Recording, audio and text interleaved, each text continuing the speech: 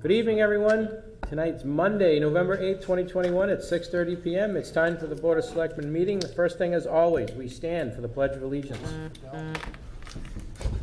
Pledge allegiance to the flag of the United States of America and to the republic for which it stands, one nation, under God, indivisible, with liberty and justice for all. Thank you. Mr. Chairman, Mr. Sullivan. I'd like to take a moment, I know I speak on behalf of the board, to send our condolences to the family of Teresa Angelevich, who passed away recently after an illness.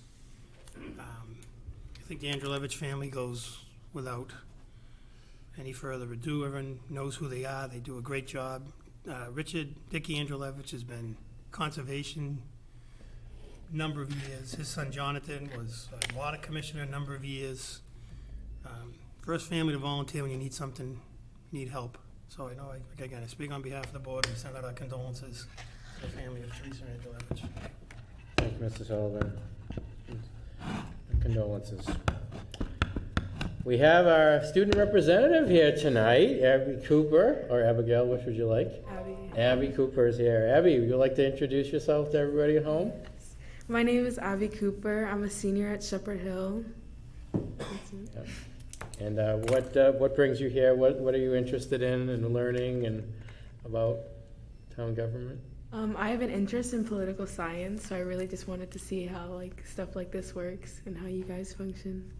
Oh, okay. Sausage and how it's made. All politics is local. Never remember, forget that. Welcome, Abby. We're glad you're here.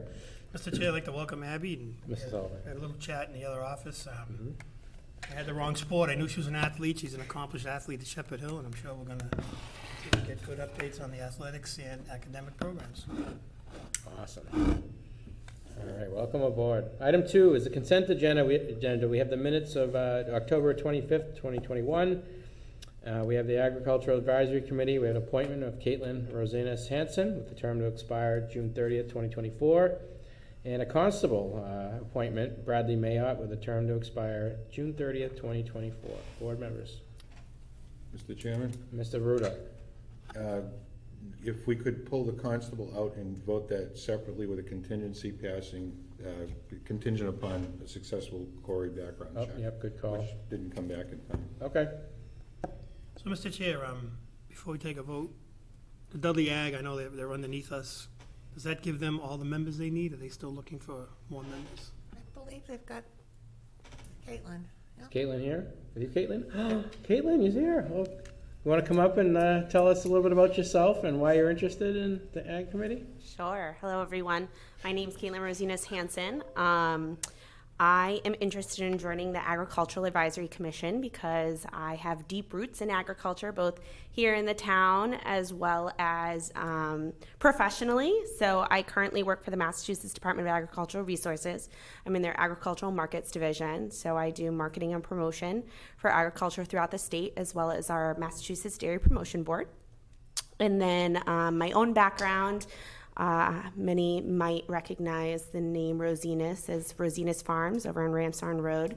That was in business for quite a while. My parents and grandparents and family on the Rosinas side took care of that. And then I grew up working with my maternal grandmother at her farm in Oxford, the farmer's market, and on the farm itself. So definitely interested in continuing the agricultural path and want to do my part in helping the town be the best it can be in the agricultural sector. Fantastic. Nice. Yeah, Mr. Chair, first, Sullivan. welcome. Thank you for volunteering. You certainly have an impressive background. I can't think of a more qualified candidate. Awesome. Thank you so much for coming forward. We love when we have new people coming on board. You have a great experience. Thanks, Caitlin. Board members? Mr. Chair, make a motion, we appoint Caitlin Rosinas Hanson to a term to expire. Oh, it's a consent agenda, right? Yeah. I make a motion, Mr. Chair, we accept the consent agenda as presented, Well, minus the constable. minus the constable. Motion by Mr. Sullivan. Seconded by Mr. Johnson. All in favor? Aye. Aye. Opposed? Unanimous. Mr. Chair, make a conditional appointment, Bradley Mayotte for constable, pending a positive report from the administrator that he passed his core check. Motion by Mr. Sullivan, Term to expire June 30th, 2024. second by Mr. Johnson. Any discussion? Hearing none, all in favor? Aye. Opposed? Unanimous. Is that all our constables, Mr. Chair, now? We fully, We have a few more, but I think we're in good shape with what we have. Okay, welcome, Brad. We had 6, like, 6 years ago. Yeah, I remember that. I came in 7th in the election, so. You bought signs and everything. Anyway, it's close. this close. Just wanted to note for everybody at home that you can see that the Board of Selectmen is now piloting, or actually using our Surface tablets that we have available to us to eliminate our carbon footprint, less paper, less stuff in the drawers. This has been an initiative that Mr. Ruda's been wanting for over a decade, and Jonathan for making that happen. Thank you for dragging us into the 90s. The 90s, yes. At least I can do, Mr. All Chairman. right. Item 3, Town Administrator's Report, Mr. Ruda. Mr. Chairman, we've made some good headway on forming the Water Sewer Infrastructure Funding Study Committee. We're ready to schedule our first meeting, but so far we've gotten representing the FAA, Mark Landry, representing a water user, Deb LaPlaca, representing a private well owner, Mike Mayotte, representing Water Sewer Commissioners, Bob Sullivan. I think we left it up in the air the last time we discussed it between Mr. Sullivan and Mr. Siganevich serving on this committee. I think Mr. Siganevich has taken an interest in it, but I would leave it up to the board to make that final decision for me, because it's important that you show up to these. Hello? Anybody? I defer to, I'm on the Capital Improvement Committee, Project Committee for Dudley, Charlton, in Southern Worcester County Dispatch, so I would certainly defer to anybody else if they want to step up for this one. You want? Sure. The rest of you are all on something. I'm not on anything. It's my turn. Siganovich it is. Thank you, Kerry. Well, coming off from being chairman the past time around, it's, Yeah, that was a you big, can put your feet up for a month, that's all. And that was it. That was it. that was a big year. Out of the frying pan into the fire, yes, So, Mr. Chairman, the committee will include Mr. Siganevich representing the Board of Selectmen, and I'll ask Michelle if she could schedule our first meeting for next Thursday. Some people indicated that lunch would work. If that won't work for everyone, we can do an evening meeting next Thursday. I don't know if Mr. Landry or Mr. Sullivan will be able to make a lunch meeting. Mr. Chairman, we've run into a problem with a big standby generator, a Sure. glitch with a big standby generator which powers both the town hall, all the offices, and the police department. It still runs, but there's something wrong with the transfer switch. So over the course of the last month or so, Jeff has gotten the price of fixing the issue from approximately $38,000 to in the neighborhood of $18,000. No small cost. How old is that, Jonathan? As old as the build out, so it's at least from 03, 2005, 5. we moved here. I thought we got a new, that was replaced, the standby generator. It was fixed, it wasn't Fixed? replaced. Oh, it was fixed, I stand corrected. I think the issue is the way the parts are located. It requires, it's a big ask for the labor side of it. It's very labor intensive. Okay. So I called Mr. Mayotte, who's the chair of the FAA, and I think this additional spending to fix the standby generator, which is critical to the operation, should come from the FAA reserve account, which we funded in October at $15,000. I would apply the additional money that we have set aside for periodic maintenance to offset the difference in that. So he's gonna try to get a meeting together for sometime next week, so they can vote on that. We don't need capital improvement, right, because it's under. It's the less than threshold? 20, and it's kind of an emergency situation Yep. too, so, Yep, going into the winter. okay. So if Michelle, you could wrangle that one into for us, Sure. appreciate it. So over the course of the last year or two, we've really been looking at some other options to fuel our fleet. It's very expensive to maintain the annual inspections and regulatory requirements that go along with having a fuel dispensing system. We've got a 35-year-old tank in the ground, so that's actually on the capital improvement list to be replaced. That could range anywhere from $300,000 to $500,000 to replace it. So and when I say we, I mean essentially Jeff and I have met with the department heads to see if there are any alternatives that they could live with. We've contacted OSD with the state, and we have the ability to switch and transition over to what they call a WEX card, which is every vehicle in the fleet would be assigned a card, and they could use it at a regular private commercial gas station to fuel up. That removes the ongoing testing and repair, maintenance, removes the risk and liability of having a tank over there that is sitting on town property, and I think that's the right way to go. So we're moving in that direction. I just wanted to update the board on that. That is a good idea. Is there any way we can like work with a local gas station on? So it's already a prearranged state contract that is eligible for municipalities with bulk pricing. It's a great deal that we get from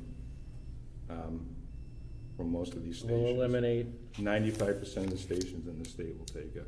fantastic. So we'll eliminate the potential environmental risk and save money? Exactly. That sounds like a good idea. Mr. Chairman, Mr. Johnson? how much money did we say?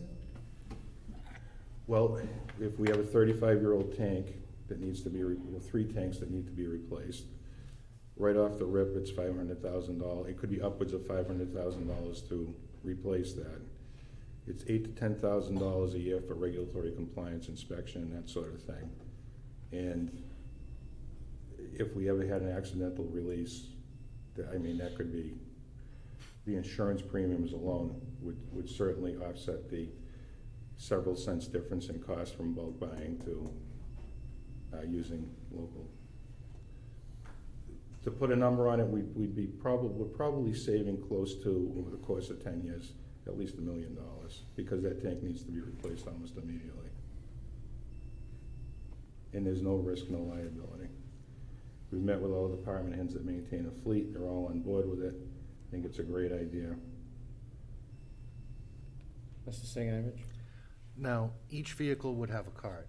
Each vehicle would have a card. So we would be able to track, that would be better for accounting reasons, to track individual vehicles, individual Yes. fuel. Now, my question is, what happens with things that are not a vehicle? Like a backpack blower is not going to get a card. So what you would, Lawnmower so, isn't gonna get a card. so you would have a card for backpack blowers and lawnmowers and that sort of thing that would be maintained with a foreman or a superintendent or a police chief or a fire chief. And you can set limits to you can set dollar limits to the transactions. So if you said it's not reasonable to think that a backpack blower and a lawnmower is gonna use more than $100 a week, or $50 a week, you can set that limit and the card will shut off. You also get notified if there's, you went to the odometer reading for each vehicle. You get notified if there's an unusual transaction. That's excellent. I'm Meaning- sold. Yeah. How does, Thank you. Mr. Johnson? how does it get the odometer reading? You went through an odometer reading, so the card is assigned to a vehicle, and that keeps track of the odometer reading. So it would be unreasonable if somebody dispensed $200 worth of fuel in an 8-hour period of time. It would allow you to do it, but you'd get an alert, because it's managed in-house, that something was off. It was unusual activity on that card, so we could get to it pretty quickly. Department heads manage that? Department heads would manage it. Mr. Sullivan? So that's like we used to have it at work, it's like a Voyager card, they call it.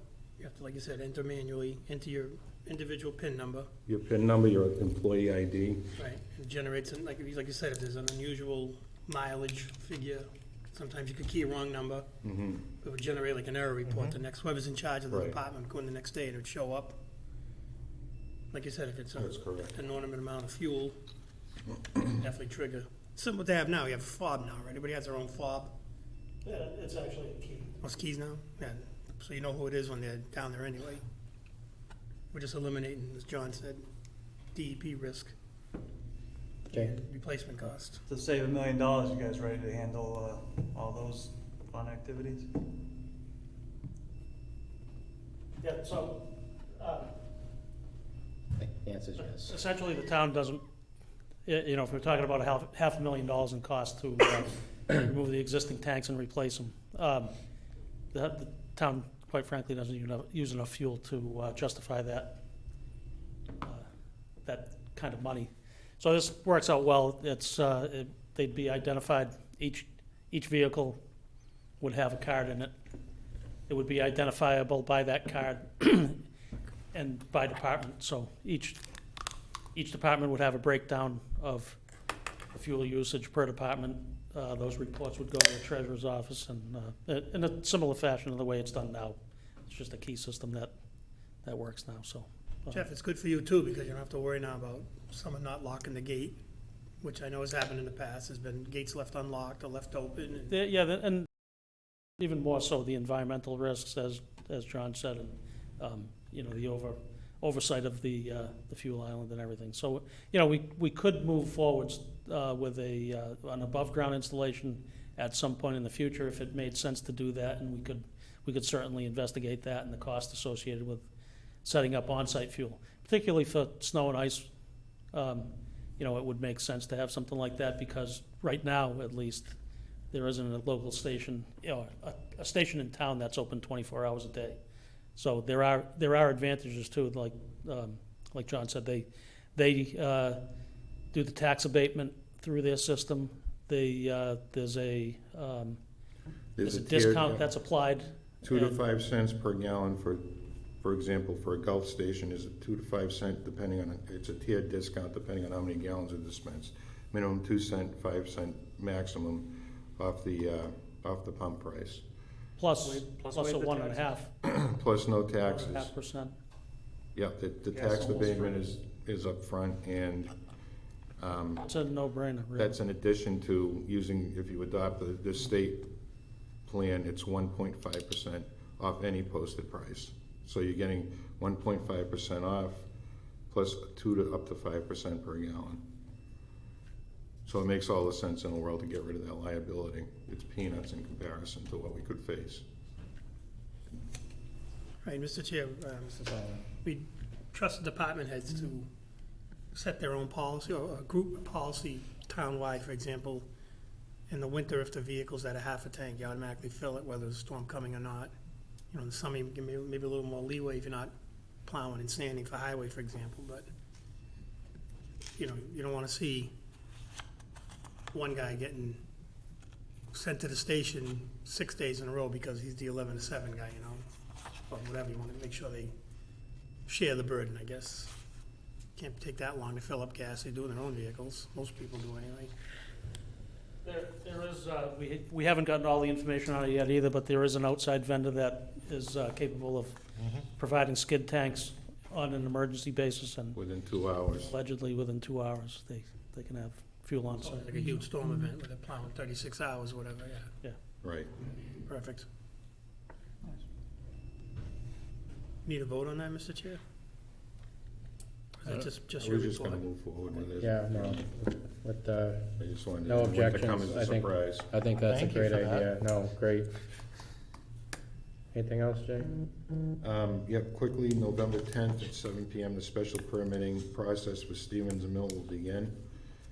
Anyone who had questions about the mill, particularly from the last town meeting and leading up to it, that would be the hearing that you want to attend, November 10th at 7 PM, to talk about parking, traffic, et Lights. cetera, lights, et cetera. And so today, Mr. Chairman, I started my evaluation of some department heads, started with the highway superintendent. We have scheduled the town accountant building inspector, veteran service agent, administrative secretary, permitting, licensing, and code enforcement clerk, highway conservation and planning clerk. And this week I'm meeting with department heads so that we can go over the process of beginning the evaluations for their employees and kind of go over what the timeline is and what the expectations are. Mr. Chairman, Mr. Sullivan? do we need a, not looking for another committee, do we need like a selectman subcommittee for fire and police? Because of their status as strong chiefs, and they report to us, or do you handle those two? I think I'd have to take a look at the individual employment agreements to figure out how we want to proceed with that. And the last thing, Mr. Chairman, is we received news from Michelle, Representative Durant's office today, that the 3 additional licenses were voted through without a problem, additional liquor license that we asked for at town meeting. So in a few weeks, we'll have that, those 3 additional licenses to add to our economic development arsenal. And we appreciate the legislators' support and help for getting that passed through so quickly. Excellent. Mr. Sullivan? Mr. Chair, I had a resident reach out to me, and it was ironic, there was an article in the paper today about how much marijuana has generated revenue in the state since legalization. And I know we're hard capped at 2 licenses now. People wanted to know, is there a chance we could do similar to what we did for the alcohol license and ask for like a provisional, another one? I know it's a whole separate section of the law, is that like hard capped, there's no, Another dispensary? yeah, like someone said they had seen that we had spoken about getting the extra liquor licenses, they wanted to know if there was an avenue to get another dispensary, for example. I don't know. I can certainly investigate. Based that. on how many liquor licenses you have. Yeah, it's a zoning issue too, maybe. Right. That we need a place to put them, obviously, so. Yeah. Just I took a back burner, if I can get an answer, Chief's up, though. Okay, Chief? I was just gonna say one suggestion, we haven't had any of them open yet, so I would just suggest we kind of let the ones open that's gonna go and see what issues that we might have to do it. Liquor licenses are a little different because they've been going on for a long time, but the marijuana licenses are very, very new, so we wanna make sure that get these places up and running, see what the problems are with it, and then be able to address it in either for zoning or for traffic, parking, whatever else it might be, so. Right, it was just a question somebody had asked, and I know it'd be probably, if it's even allowed, it'd be a similar process, town meeting vote, just a question that back burner answer, that's all. Yep, no. Question asked. They seem to attract food trucks, Mr. Chairman, we noticed. I've noticed that. I like food trucks. I know it attracted about 2 million in Oxford from Curalew, so Yeah. I'd like to attract a couple million here, too. Sure. Chief? Just one thing, and I'm not sure if it's part of it, but I think the percentages of those licenses are based on the percentage of liquor licenses, I think, as far as what your allowance would be. I don't know if it's 20% or something, there's a percentage on that, so I'd have to double check that number, but I think that's how they gauge the amount of licenses for that type of business to be going. I think it was gauged on the liquor licenses. Thanks, Chief. Jonathan, anything else? That should do it, Mr. Chairman. Great report. Motion to accept. Motion by Mr. Sullivan, Second. second by Mr. Sigenovich, all in favor? Aye. Opposed, unanimous. Thanks, Jonathan. Thank you. John. All right, item 4 is licenses and permits. We have none tonight. Item 5, new business. A, Board of Selectmen vote to authorize municipal gift account to receive and disperse donations to the town. Mr. Ruda. Mr. Chairman, this is something that the treasurer and I have been discussing for a while. This, you recall, it seems like every time we do a budget in the spring, I'm finding different accounts with money here and there and so forth and everywhere. And there's a lot of gift accounts, and it's kind of inefficient the way we have it set up. There should be one, they're all revolving accounts. There should be one account to receive gift money into, spend it on the gift specified, and move on to the next, instead of gifts for this, gifts for that. Our line items are getting a little bit jumbled with the amount of gift accounts that we have that have small amounts of money in it. So what we would do is ask the Board of Selectmen to authorize this, and we would ratify it in the spring at the town meeting. I was gonna say, we need a town meeting vote for that. Okay. Board members? Seems like a good idea. Makes sense. You wanna vote on it tonight? Yeah, that'd be great. Chair, make a Mr. motion Sullivan. to authorize municipal gift account to receive and disperse donations to the town to the appropriate gift recipient. Second. Motion by Mr. Sullivan, seconded by Mr. Johnson. Any other discussion? Just a question. Jay? There's no requirements to, through law or any of our stuff on the books to require certain ways in and out. So by doing this, we'll be obeying all the rules to do it. Yeah, oh, yeah, so this wouldn't be we couldn't authorize this without review and sign off from the Commonwealth, but. Mr. Carmignani? Good evening.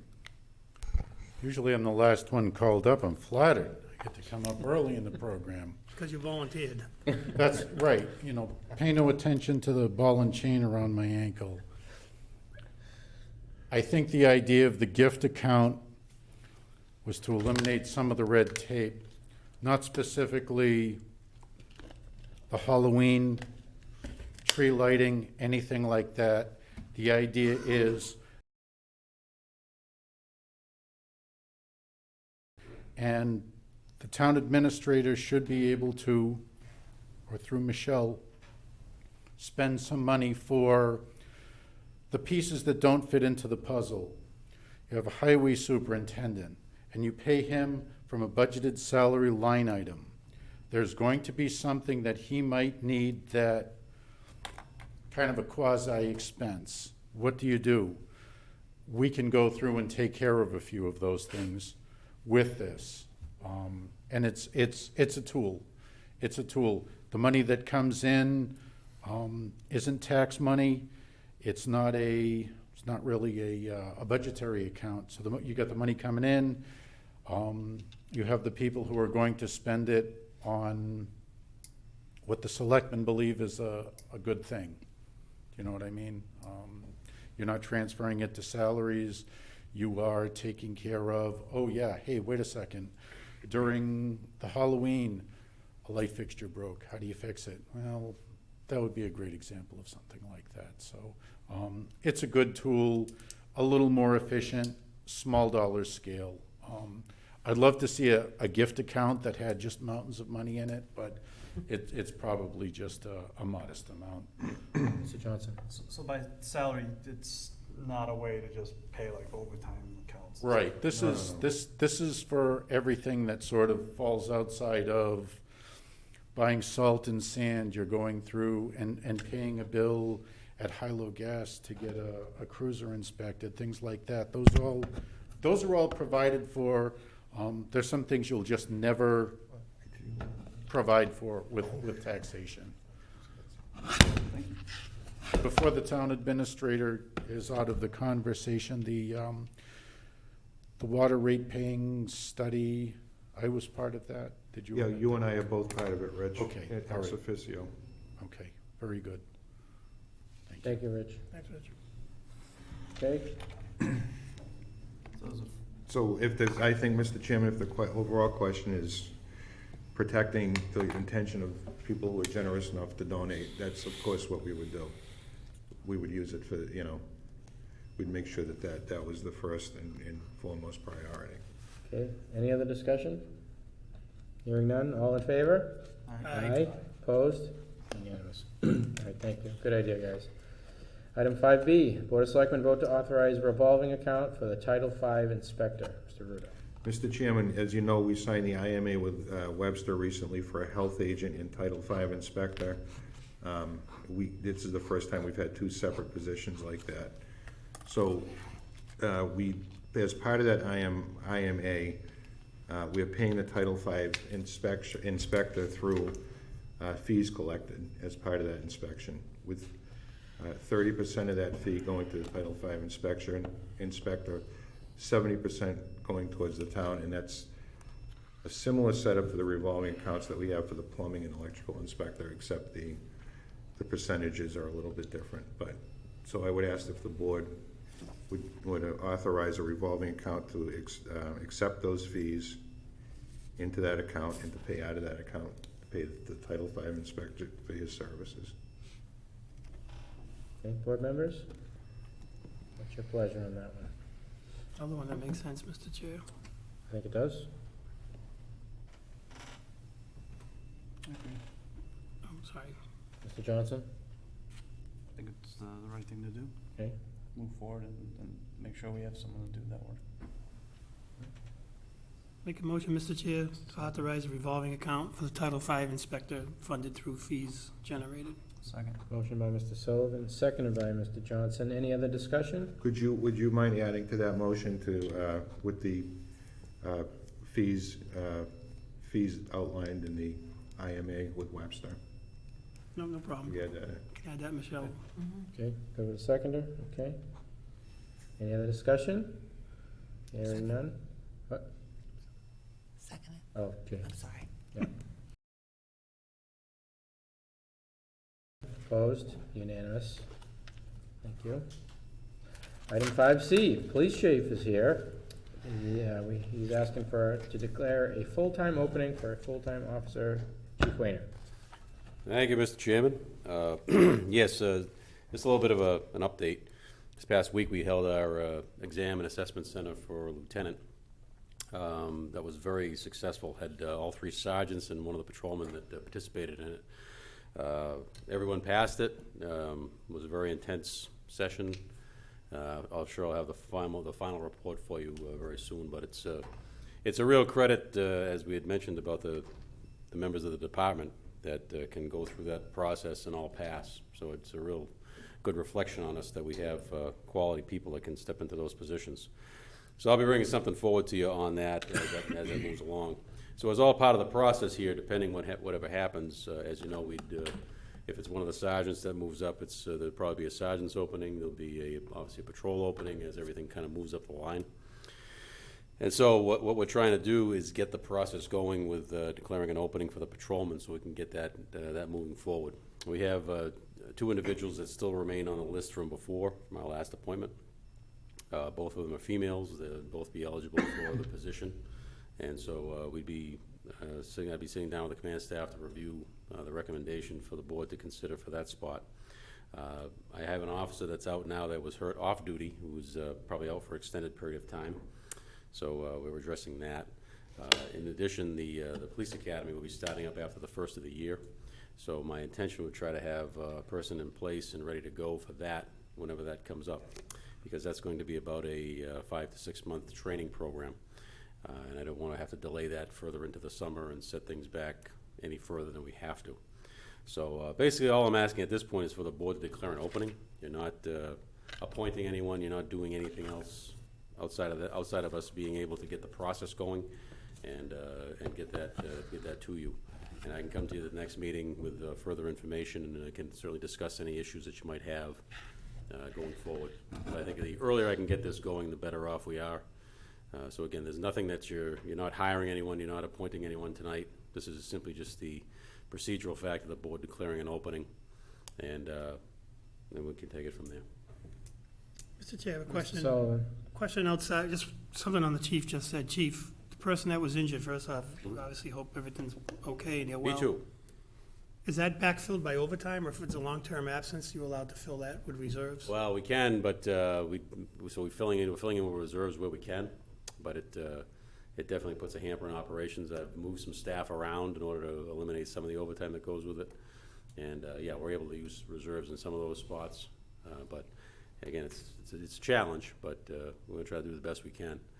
If this worked out at all in all favor, maybe there might be something where we could bring somebody on in December to have you maybe help them fill in if that hopefully doesn't go too much longer, but if in case it's a long-term thing, it would be something that we can work around until at least the academy starts, get the process rolling. Okay. Jay?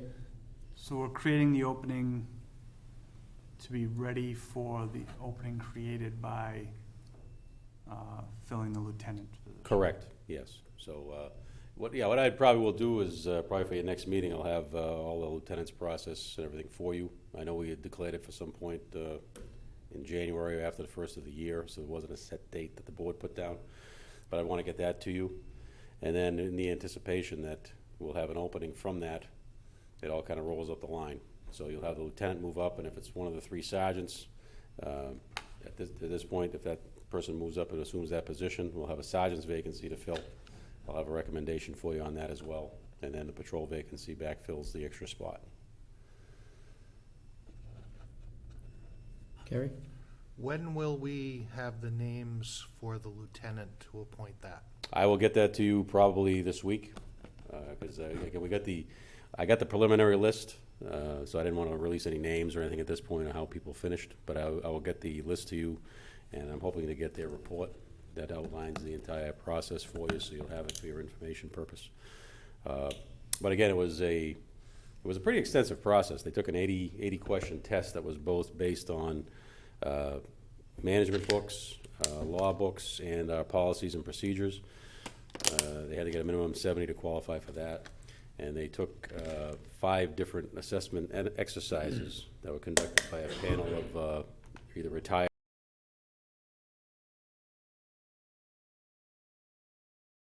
and they all went through the same process. And so the test score was rolled in and counted as an additional assessment. So they were given basically 6 different areas they were assessed on, and the scores were compiled from there. So I'm very happy with how it went. I think it was a good learning experience for all of them. It was good for me. I discussed it with Mr. Reuter as it went on too, and I know he came in and talked to some of the folks as it was going on. So it was, I think it was a very successful operation. Definitely recommend them for people in command positions, because it's you face a lot of other challenges outside of just taking a test or anything else like that. So it was really good. It's just I see this and we haven't appointed the lieutenant yet, and I kind of want to make sure we get that lieutenant in before we go doing this. It kind of feels like we're I think it's backwards. and I can understand. I think the only thing is, this is just procedurally how our rules go, is that you have to declare an opening. So there's nothing that's been set on that as far as what the appointment is or when the person's coming on board. It's just simply declaring an opening. So that allows us to start getting that process going, so we could have a person in line that we can then bring to you. So I think that I think you're correct. I'd like to get you the lieutenant's information, have a discussion about the sergeant's position in there as well, and then but have the patrolman's position in place. So that's the chronological order that we're going to be appointing people. We're going to do the lieutenant. You would most likely do the lieutenant, and then I would say the patrol slot, because those are moving at a quicker pace as far as the patrol slot's going to move at a quicker pace, because I have to get the person trained, and there's other things we have to do with that. So that's going to be the definite new person in the mix. The sergeant's process is basically just going to be moving someone from point A to point B. So they're already part of the current staff that's just going to move up to that position. So I think that's the way it is. So once we have established who the lieutenant is,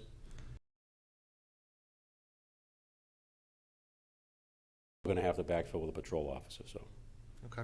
So lieutenant, officer, sergeant. Right. We'll go through the sergeants. They'll have their own test and that whole process. Yeah. I'm still going to try to determine how that's going to work, and I can discuss that one with the board. Okay, I just want to get it in my head. See.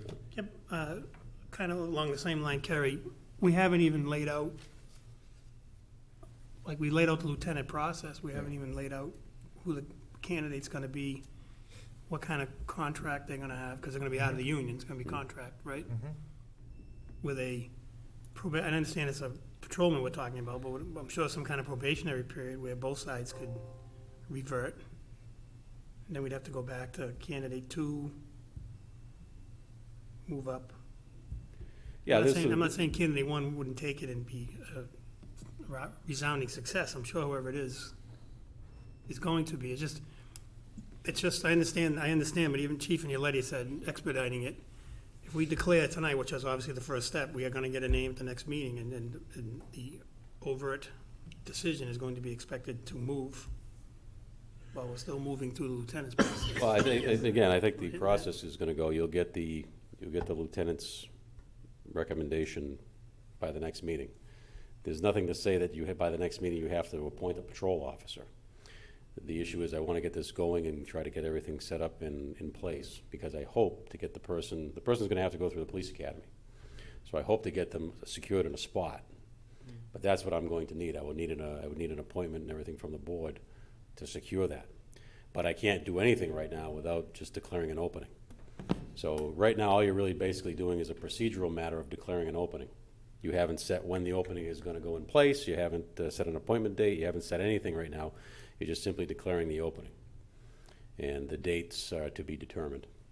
That just allows us to kind of get the process going, as opposed to, again, waiting for 2 more weeks, and now you declare an opening, and then I will start the process from there, and then have to get it to the next meeting for something else to go on, and it drags, and I might lose a spot.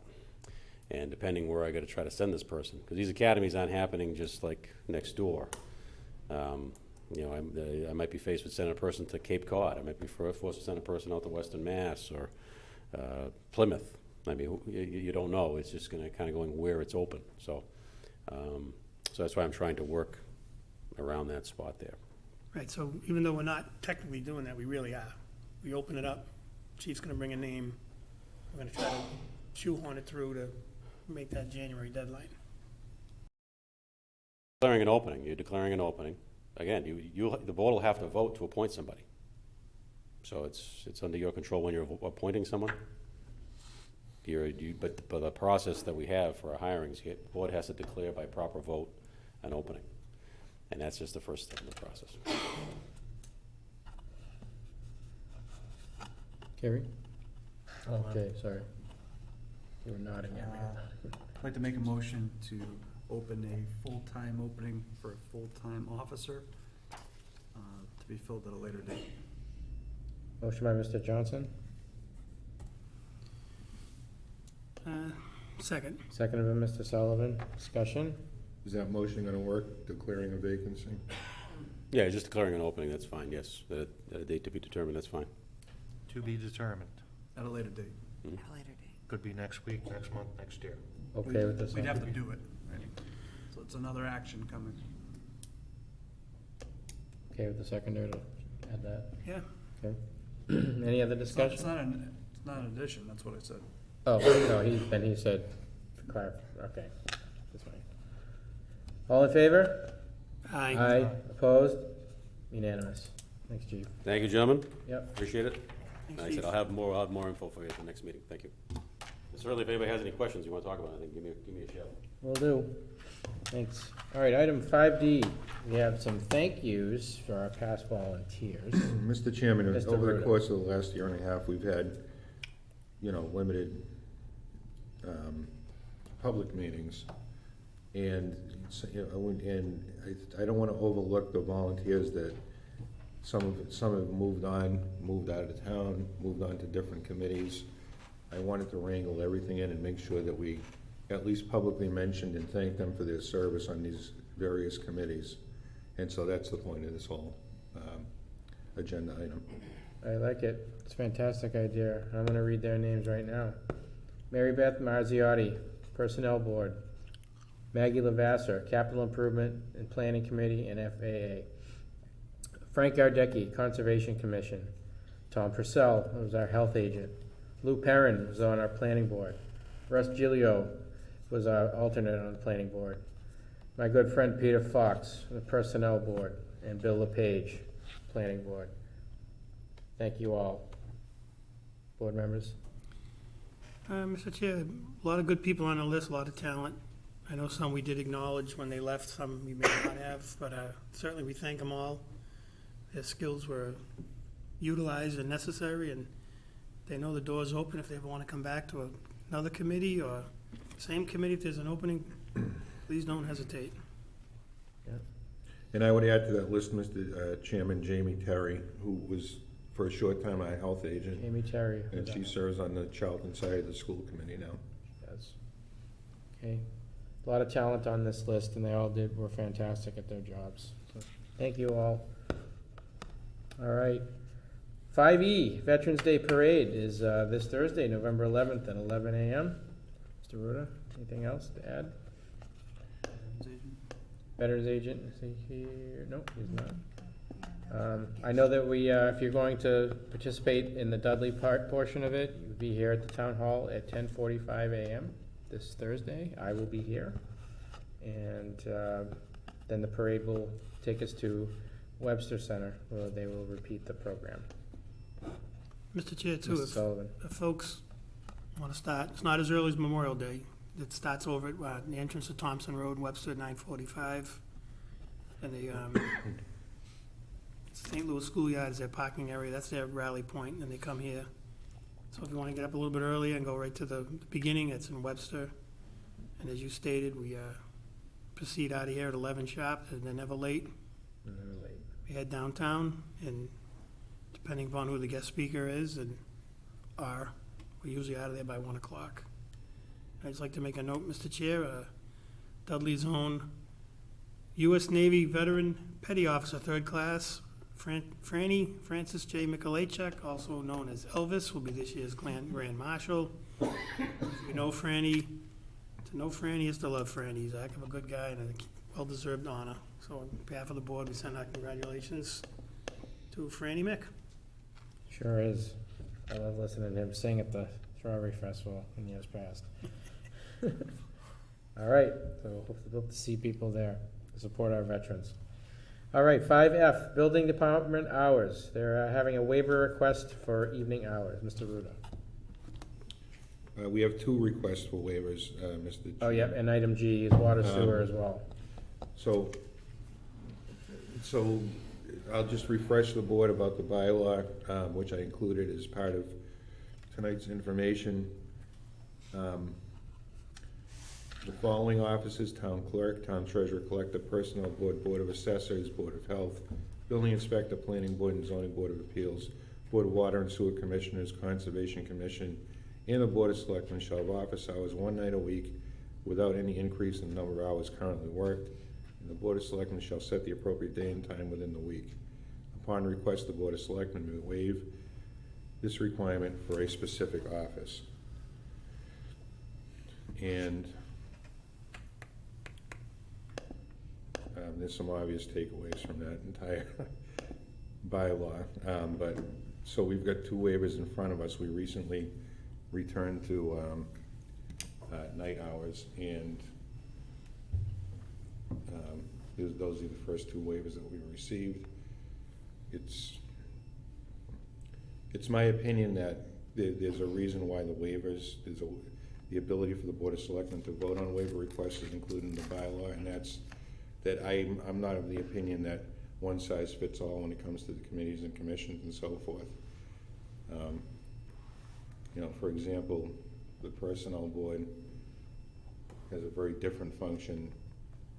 I actually don't even know why the personnel board would be asked to stay on a Thursday night, because it's completely of an internal nature, but it's part of the bylaw. So for the board's consideration, my first impression, my first takeaway is that one size does not necessarily fit all in terms of having someone stay late on having a representative here every Thursday night, which is the current plan. That having been said, I'm not sure what the traffic is now after COVID on a Thursday night or any night during the week. I know that the building department, the building inspector makes himself available on Mondays or by appointment on a weekly basis. So that department seems to me it's covered as needed. We're also switching to an online platform. But again, in order to make that decision, I have not taken a look at the type of traffic we have, because I know that that would certainly be one of my questions if I were part of this. And isn't like the building inspector part-time as well? He is. Okay. And we have an e-permitting system now that's decreasing traffic to that office, do we think, or? That's the whole premise Right, behind it. I assumed it would, so that's why I'm reading the different, their pitches to that. Jay? So, since we have the data available, is it a premise or is it actual? Is it decreasing the traffic? If somebody does one online permit, they've decreased the traffic. So yes. But that one might have been a day person. Are we limiting Yeah. public's access to time and availability to town offices? Mm-hmm. And my other point too, Mr. Chair, before we even take a vote, these evening hours will be transferred to Friday afternoon. People will not be getting a decrease in hours and keeping their pay. If they work That, if you go back to 1999, which none of us was on the board then, I believe the intent at the time was they get out early on a Friday. So if they're gonna get out at a regular time on a Thursday, they have to make those hours up on Friday afternoon. There's not gonna be a waiver or a closure of offices, and people are gonna walk out of here at 1:45 on a Friday. Waving in the rearview mirror, right? Is that a correct assumption, Mr. If you're Administrator? paid for 40 hours, you work 40 hours. There you go. Mr. Zakowski, would you like to speak since you're on the Yes. item 5G? Yes. Sorry, just got before you No, go. let him go, but Okay, don't forget me. sorry. I didn't see You're you. unforgettable. Okay, just some information on the side. We did vote, we did talk about this at our last meeting last Wednesday, and it was a unanimous vote to ask for the waiver. Just some added information. Our current administrative assistant works 39 hours a week, Monday through Thursday from 7A to 4P, and Friday from 7 to noon. That's 39 hours, which is what she's contracted for. Most of town hall offices are 8 to 4:30. There are a few exceptions. Most of her work is done in support of our crew out on the streets. They work from 7 to 3:30. So at 7 a.m., she's there, ready to send out any work that came in on the phones, or to confirm all the scheduling, because that's where the scheduling is done, is in the office. She also works with DEP and EPA and other regulatory organizations. She works with our engineers, Ty and Bond. She works with our vendors, all of whom work during the day. They don't work, she can't come in at 6 o'clock at night on a Thursday night and deal with any of them. So her work is done during the day. Currently, she oversees $3.5 million budget from the administrative assistant position, and $10 million plus in projects. It's a lot of work. It's a lot of work to get done. Evening hours will just take away from her availability during the day. You add in the fact that she's already doing one monthly meeting a month.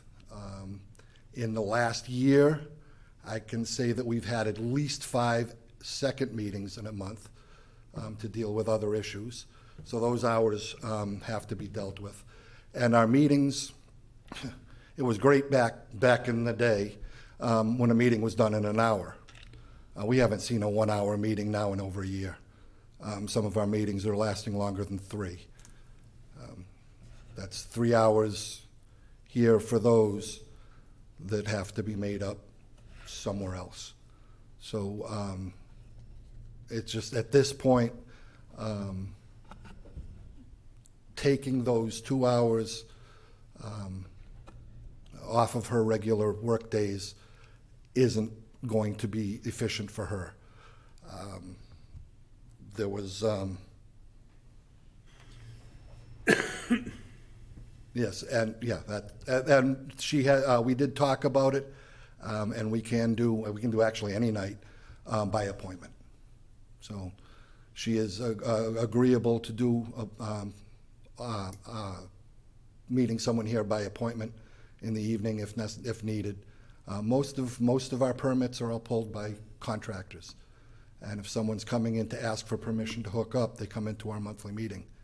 They're not here in the office. They come to talk to the commissioners at our monthly meeting. So to us, it's a no-brainer to have our administrative assistant here during the day. That's when she's going to be most used. Okay, thank you, Scott. Ms. Carey? How many evenings have we been open, Mr. Ruda? 1. Okay, so we don't have a large enough data set to say whether it's been busy or not, or people aren't coming. So I think we should give it some time before we make any kind of a decision on that. Now, I think all of us here, we're here because of the taxpayers, the residents. We're here to serve them, all of us. And if they want evening hours, we should be open evening hours. And I'm thinking, if I worked here, and if I had to stay late on a Thursday night, but someone next door to me didn't, I wouldn't be a big fan of that. Or if I was a resident and I worked, thank goodness I don't, knock on wood, I get to work from home, but some people still have to work 7 to 3, 8 to 5. They can't get here during normal times. And if I'm a resident and I wanted to come in and do business with the town in person, without Thursday night, I can't. And I think it's too soon to give a waiver. I think we should follow the bylaw as it was. There's a reason why that bylaw was done. That was before my time. And I think we should give it a chance to work out before we start giving waivers. That's my opinion. Thank you. Okay, Gary? Rich? Thank you. I'll piggyback on what Mr. Siganevich said. The premise was public service and the availability. Former town clerk Laura Finn had a good summary. It's 2 hours out of your week to serve the public. This is why we're here. In the event no one comes and complains at my window, that's 2 hours for me to take care of things. The idea is, it's the optics of it. If you were going to go through and put in a hot tub and a 3-season porch next to it, it's one-stop shopping. I spoke with Nelson today. The crux of the conversation was, you should be able to go through and hit everything. Did you pay your taxes? Is there a conservation issue? Do I need water or sewer for a hookup? The idea is, it is a welcome mat. There's going to be a lot of big asks coming up in the future. We've gone from a truncated model, which we made work, and we're returning to where we used to be. I agree, there's going to be technology.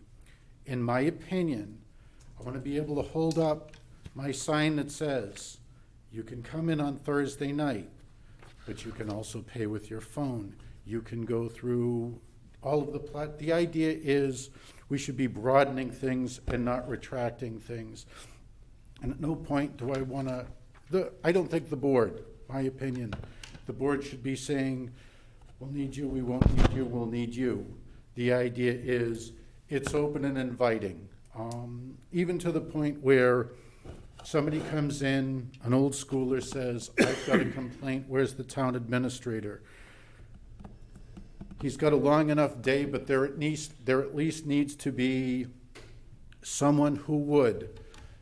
Yes, Mr. Jones, thank you very much. I'll make sure that that message gets to the town administrator, to whomever. It's goodwill. I think it's a right way of doing things. I'm sure there's a ton of data that would give us a reason to move away from where we're at right now, but that's probably 6 months away. You can't go through the week before Christmas and say, no one came in. As far as who I interact with, I'm interacting with law offices, insurance companies, health insurance. They're all open. Bankers' hours, I guess is the phrase. But I think it's important for me to be here for those 2 hours. It's availability. The door is open. No one wants to see a closed door. I think Mr. Siganevich hit on something. Again, one office is open, the other isn't. And the idea is we're trying to make it work. If you have only a few hours in conservation, you should be able to facilitate that one-stop shopping. Best way to sell it to the public. But thank you. Okay, Rich, thanks. Yeah. Okay. Because I opened my mouth, I'll volunteer to take the selectman's office for the rest of this year. Unless someone wants to boot me out of it, I'll do it. That way, I'll take care of it. So that way, if someone wants to come and have a face-to-face with a selectman, I'm here. Done. Rest of 2021. If I'm gonna expect other people to do it, I'll do it. Thank you. I guess my comment was, I'm fortunate. It's not a one-man office. In the event I needed to do something, I can fill my role in the event you needed approval on something. And the idea was that it wouldn't be a rotating 1/5 for the selectmen, but to make certain that you had someone. You've got somebody in conservation right now who is cartwheeling around the office doing great things. Thursday night, Mr. Siganovich can't make it. Please, if there's a question directed to who will take just sort of the objective, yes, Mr. Zakowski from Catherine Street has an issue, he'd like a phone call returned, thank you. I wasn't hoping to obligate anyone for a Thursday night, but I appreciate you volunteering, Mr. No, Siganovich. I opened up my mouth. I opened Pandora's box. There it is. And Rich, what's the fee, Mr. Chair? If someone pays online, is there a fee attached to that? Stay home. Yep. For which one? If you're going to pay your real estate Right. taxes, it was a quarter, but they adjusted it, what is it, 40 cents, 50 cents? What's the amount? 53-cent stamp, but the whole idea is you've gone through and you've memorialized your payment. It hits the next day and what have you. Credit cards are a little different because that's a third-party vendor. Right, $5 Reasonably, charge. right. Some people don't want to pay that. They want to walk in and, Again, it's an old school notion, and I'm raising my hand saying, I still have people in the COVID era lick their thumb and start counting out bills. If you want to pay in cash, legal tender for all debts, public and private, happy to take it. But again, I wouldn't rest on not having a better platform. And that's my Easter egg, because this year we're going to be looking at a little bit different of a platform if we could get for collector treasurer software, but that's a capital improvement thing, so. Thank you. Good idea. Scott? So I guess the question begs then, it doesn't have to be the paid professional in the office. It can be one of the commissioners. Back in the day, there used to be one, when water and sewer were separate, a water commissioner and a sewer commissioner were sitting in the offices in the old town hall. Never saw anybody, because there's nothing that folks come into the office and we don't accept payments. So if one of us commissioners was sitting in there, I guess it would be all right. I don't know. I'm only talking for I can only talk for myself. I can't talk for the other four. But I would certainly come and spend 2 hours sitting here, 5 to 7 to keep.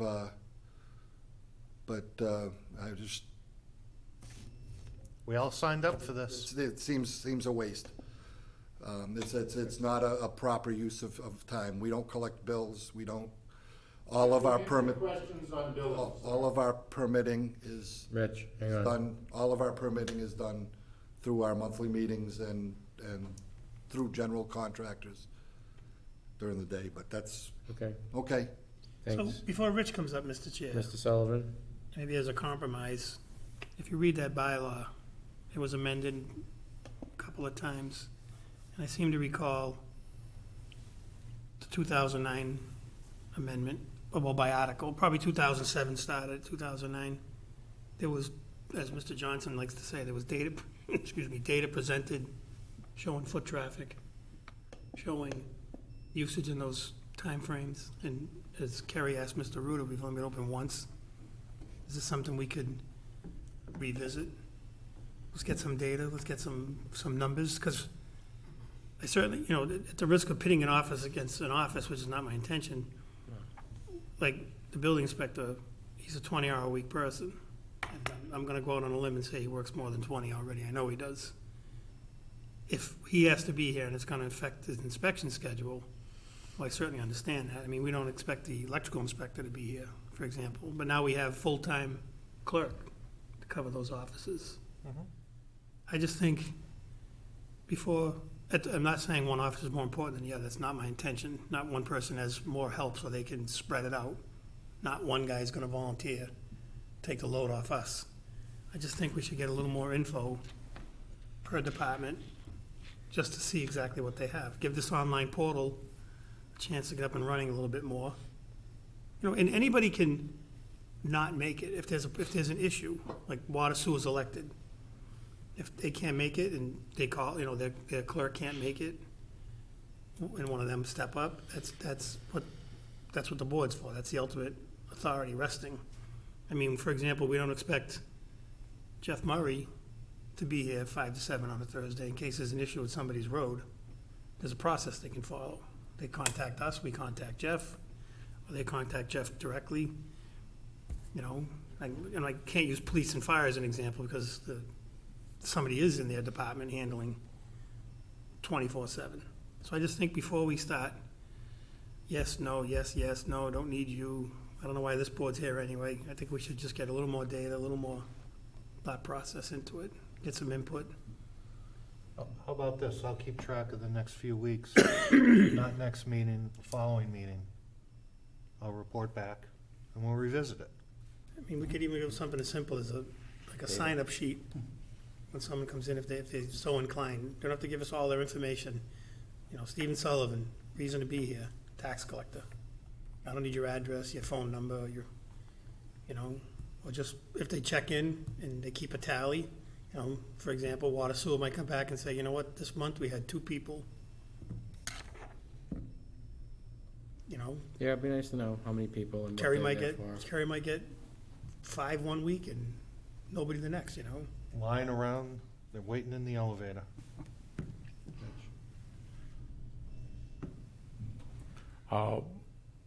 Thank you for letting me come up and speak again. The idea of data, I think we're open to serve the public. If you want to go through, I'll tell you, it's going to be Mondays are busy and Thursdays are busy. Tuesday afternoons are very slow in my office. And I don't think we want to start going through and sliding the hours. The idea is we're open, and this is what's going to be our foot traffic. And again, I'm going to be the one that says, I'll be here, ready to drop what I'm doing, large report, whatever. It's important to dedicate those 2 hours. And we still should have all of the online portals. We still use the Dropbox. We're still taking mail. Good, So, pension. right, exactly. The pension check's not going to bounce, Mr. Sullivan. I appreciate that. All right, thanks, Rich. All right, Actually, thank you know, you. one more quick aside. I remember when this came up in the past, and I wanted to make Monday night the late night, because we're here. Maybe we generate some interest from citizens. Wow, You know, if they were here, they might wow. It's an outside the box sit in for a minute, idea. but back in the day, there was no, That's no one of the appetite reasons for you that. have data, right? It'd be nice if we had like a counter every day to see like who comes in and for what, but, Can I? Huh? Can I just? Mr. Ruda? So here's the 800-pound gorilla. Mr. Sullivan brings up a good point about elected officials. They can make it or they can't. The bylaw says elected officials. So what prevents an elected official that is in charge of an office person saying, the bylaw calls for elected officials, I'm not telling her to do that. And then the idea that you go from office to office to office seamlessly without a problem, we'll never be able to measure that because it's never gonna happen. We know it as we're sitting here. That's never gonna happen, that everybody's gonna be here every Thursday night. I'm just throwing it out there. Let's give it a go and see how it goes. We're not gonna know until we do it. That's how I feel, but it, you know, that's a very interesting point when he says officials. Like Kerry just said a minute ago, this is what we all sign up for, and you know what, I freely admit, I've been here probably elected the longest, maybe Rich, but pretty close. Rich is full-time, I'm not. I've never, I think once I came on a Thursday way back when I first got selected. I think myself, Al Reach, it was 2 or 3 of us that rotated it for about 2 months. And then it just kind of, I can't make it, can you cover for me? And then it's like nobody covered. And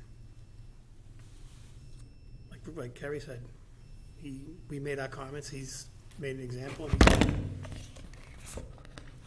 Still under warranty. So, Okay, so board members, what would you like to do with these? Mr. Chair, make a motion, we defer action for further information. People can coordinate through Michelle to the town administrator's office, and we can collate some data and get some numbers and On which one? all of them. Both of them?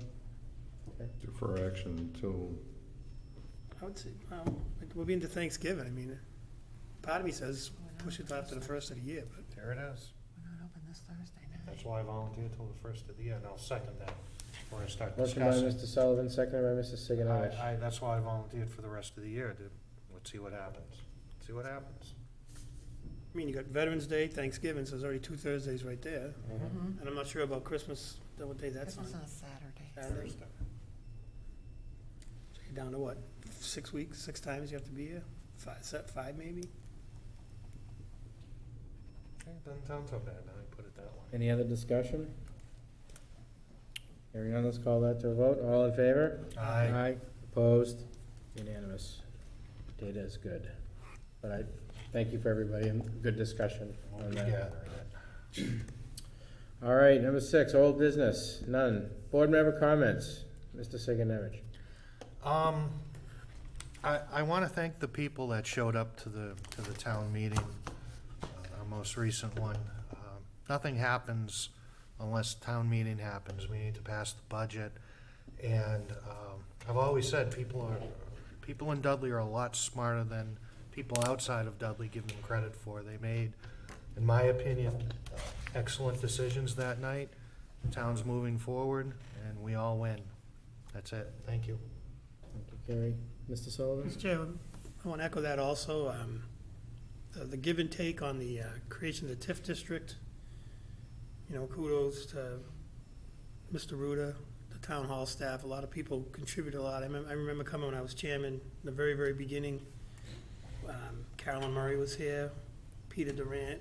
We had, I believe it had someone teleconned in from the state. It was a lot of work, and I appreciate the dialogue that night.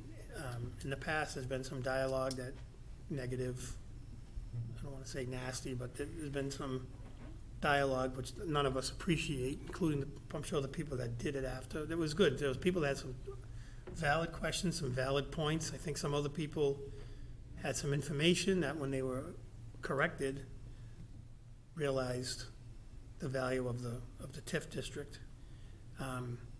So again, I appreciate, we always say, there's 65 to 68 people that control by coming to town meetings. It's not the same 60-something every time, but if you're not there, you don't know what's going on, you kind of lose your privilege to complain about something that happened. Also, as we mentioned, Veterans Day Parade. I know Veterans is always smaller than Memorial Day. We'd always invite, we didn't this time, any elected official that wants to march, elected or appointed, can come. Appreciate people on the side of the road. It seems like every year the veterans are getting older. There are some newer faces there, which is always nice. But I know it lifts up their spirits when they're marching down the road, and to see their fellow citizens appreciate the sacrifices they made and answer the country's call. So people like myself, I could have chosen a volunteer, we didn't have to. We don't take the freedoms that we have lightly. So I certainly invite anyone that wants to come, march with us. Be nice to see a line of people going down the street. That's all I got. Well said, Stephen. Jay?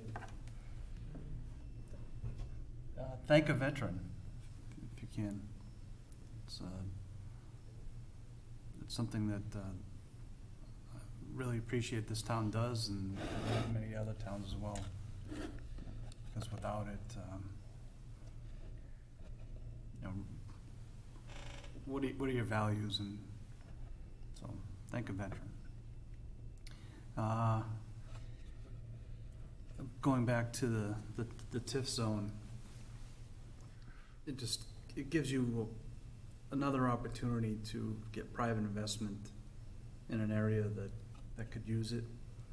And there's, starting a business is a lot of upfront costs, and this is one way to make it more attractive in that area, so. Thank you. Thank you, Jay. For me, just everybody said some things that I had on my mind. Thank you to the town meeting voters who came and who supported it. It was a great discussion. The fact that we talked together to make sure that the affordable component worked even better for Dudley seniors to have first availability was something that, this was truly a team effort. And it was many different boards and committees involved. I do want to give a shout out to Richard Clark and Steve Wittrover, the planning board, because they actually had the kernel of the seed of that idea about the 55 and over. It turned into something later, but I wanted to recognize them for at least starting that conversation, and Mr. Breyer crafted in a way that we could accept. So thank you guys for that. We do nothing but move forward. Again, one more time, the special permit hearing for the planning board is this Wednesday, November 10th. So all the people who are worried about certain parts, show up, make your voice heard. They're the authorities on what actually gets into the permit and what's going to be required of the developer, which again, $45 million of outside investment. That's an awfully big lever that this town is going to pull. And I'm pretty proud of all the work that everybody put into that. So thank you there. And that's it for me. Stop. All right, next we have departments.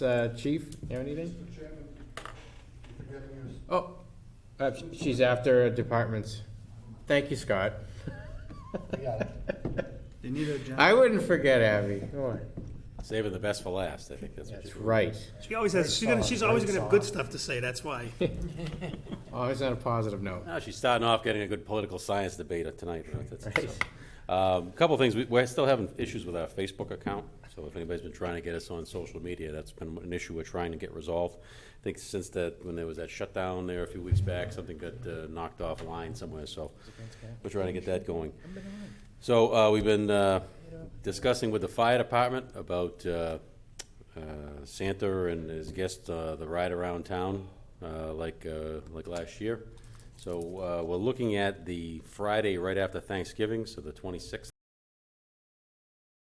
We'll have more information come out then. Yeah, I'd like to, I got asked that the other day, actually, and I said, yes, I have no idea when. Can we put that on the website and on Facebook too? Yeah, that's what we're looking at. We're looking at that Friday, the Friday afternoon after, because we're figuring the kids are out of school, so there should be an opportunity to do it. We figure maybe it'll start around 4-ish, so that you'll still have some daylight for most of the trip anyway, like that. So still in the works right now, and so working with the fire department, and we'll get that all going, and we'll make sure Santa and his cohorts are all ready for that day to start, kick off the season a little bit. So, but that'll be happening on the 26th. So, Thank you, Chief. thank you very much. That's great news. Jeff? Nothing? George? All set? Yeah. Rich, anything else? Oh, wait, there's more. I called on you last, because, you're in the back.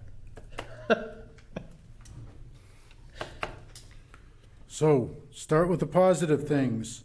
Insurance. Remember, we're a member of Maya. They have a rewards program. We've got a grant application in for $10,000 for some trenching. George had gone through and put that in. There's something the chief has coming through. I'm not going to burst the bubble, but again, the idea is there's a rewards program. This being the first year, we're going to go with a few generic items. The idea on the rewards program in year 2, year 3 is to work on your highest cost centers. Again, data. What's going to be the biggest saving for the smallest dollar amount? Very good. We were able to have David Labonte, who is our our contact, Maureen Montanus, who's in charge of the rewards program. You go through and you do your training, whether it's a Maya training or an outside training. There's a carrot in front of us as far as rewards go. Dollars to be spent or money off of next year's premium. Always good to get that going. Everybody read the Webster Times and saw all of the tax liens that are in there. Along those lines, we have water sewer liens. So remember the town of Dudley, unpaid water sewer from 2021. These were the bills that went out in May of last year. Anything in the previous fiscal year, of course, taxes and litigations are exempted. I know you got great eyesight, including the one bankruptcy that's on there. It's $335 outstanding. So again, I'll try to tie everything in quickly. When Standard & Poor's goes through and does the review and they ask how much is still outstanding in the previous year, you can point to, you know, you're out to the second or third decimal on items like that. Quickly, as far as the health insurance goes, everybody loves the Joe Namath commercial, Medicare open enrollment, end of November. It's closed, sort of a moot point. Everyone knows that if you are a retiree from the town of Dudley, you've continued the health insurance, nobody going on, nobody coming off. And to bring things complete circle, retirees, upcoming retirees, Worcester Regional Retirement System, the CEO, Attorney Michael Sacco, has reached out. We have December 1st, which is a Wednesday between 5 and 7. It is a counseling session for anybody who's going to retire shortly. Some people have 3-6 month lead up time. Others probably should hear this a year or two before they think about retiring, so that you can sort of get things lined up and make an informed decision. So thank you for allowing the space between the 5 and 7. It's not going to be just Dudley employees. Webster and Southbridge have their own retirement system, so potentially someone from Charlton, Spencer. It's just supposed to be, a regional one. Last time we had it here, we had Kevin Blanchette, who was the former chairman of the board, go through and give it. Good for information. I'm the contact to the Worcester Regional Retirement Board, so I get to host. Please, even if it's just informational, stop by and we'll get something formal out. So thank you very much. This is the third time up here. I appreciate everybody's patience. Thanks, Rich. All right, student representative. Anything else to add tonight? We held our first unified basketball game today. I was there. Yeah, we My won. daughter's in it. It was very good. She's the one in the rolly thing. Oh, really? That's my daughter. So cute. Yes. And we also have our Festival of Crafts coming up. And that's basically it. Fantastic. And do you know what the date is for the Festival of Crafts? No. 20th, I believe. Yeah, I think. I saw it on a sign. Saturday before Thanksgiving. Yeah, Saturday, November 20th. Yep. That's a big event. That's a big event. Get there early. All right. Anything else, Abby? No. All right. Thank you, Thank Abby. you, Abby. Thank you. All right, item 10 is adjournment. Motion to adjourn. Motion by Mr. Johnson, Second. second by Mr. Sullivan. All in favor? Aye. Opposed, unanimous. Thank you, everybody. Good night.